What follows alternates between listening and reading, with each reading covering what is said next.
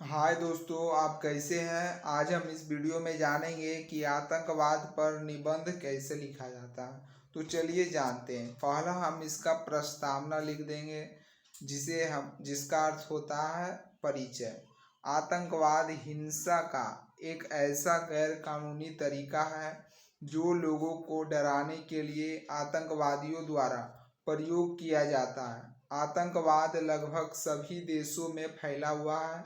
आतंकवाद से देश की शांति भंग होती है। यह हमारा परिचय हो गया है इतना। दूसरा पॉइंट हम लिखेंगे, आतंकवाद का अर्थ लोगों को अपने वश में करने अथवा किसी लक्ष्य या उद्देश्य को प्राप्त करने के लिए हिंसा और डराने धमकाने का प्रयोग करना ही आतंकवाद है। यह हमारा आतंकवाद का अर्थ हो गया। चलिए हम तीसरा पॉइंट देखते हैं, आतंकवाद के कारण। आज हमारे देश में तेजी से बढ़ती जनसंख्या, बेरोजगारी, गरीबी, भूखमरी आदि की वजह से लोग परेशान होकर आतंक का रास्ता अपना लेते हैं। कई युवा बेरोजगारी की वजह से आतंक का रास्ता अपना लेते हैं। कुछ लोग इन बेरोजगार, गरीब, भूखमरी से प्रभावित लोगों को बहला फुसला कर आतंक के रास्ते पर ढकेल देते हैं। ये सब हमारा हो गया आतंकवाद के कारण, जिसके कारण लोग आतंकवाद का रास्ता अपना लेते हैं।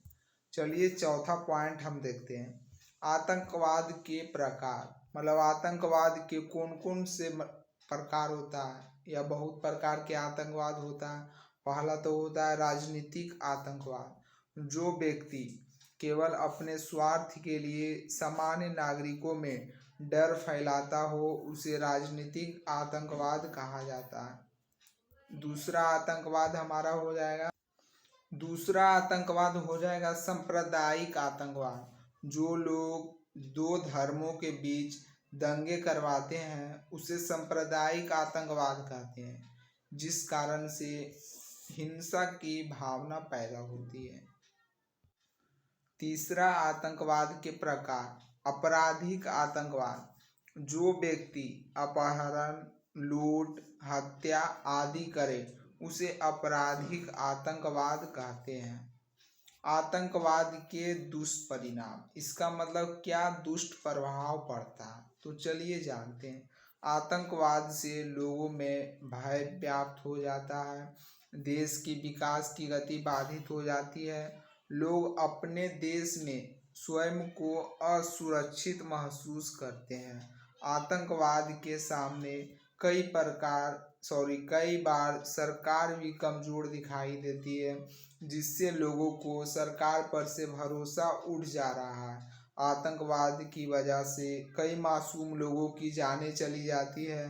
साथ ही देश की संपत्ति का भी लाखों करोड़ों का नुकसान हो जाता है। ये सब हमारा हो गया आतंकवाद के दुष्ट परिणाम, मतलब खराब परिणाम हो गया है। चलिए अब इस पॉइंट को देखते हैं, आतंकवाद की समस्या का समाधान। मतलब कि आतंकवाद की जो समस्या है उसका समाधान कौन सा है। देश में बढ़ती जनसंख्या, बेरोजगारी, भूखमरी, गरीबी आदि को जल्द से जल्द दूर करके हम आतंकवाद को काफ़ी हद तक रोक सकते हैं, क्योंकि ज़्यादातर आतंक इन्हीं सब समस्याओं की वजह से होती है। सही है, क्योंकि गरीबी, बेरोजगारी और अधिक जनसंख्या ही नहीं रहेगा, लोगों को रोजगार मिलता रहेगा तो लोग आतंक का रास्ता ही नहीं अपनाएंगे। ये इस सब को अगर हम दूर कर दें तो आतंकवाद की समस्या का समाधान हो सकता है। चलिए इसका उपसंहार जानते हैं। सरकार की कमजोर नीति ही आतंकवाद के लिए जिम्मेवार है।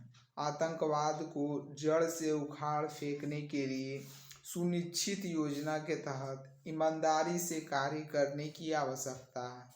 आतंकवाद को यदि रोका नहीं गया तो यह पूरे विश्व में एक आतंक का माहौल उत्पन्न कर देगा, जिससे जहाँ तहाँ हिंसा की कार्य व्याप्त हो जाएंगे। धन्यवाद। अगर यह निबंध आपको अच्छी लगी हो तो आप लाइक और सब्सक्राइब ज़रूर करें। अगर ना लगी हो तो इसे डिसलाइक कर दें।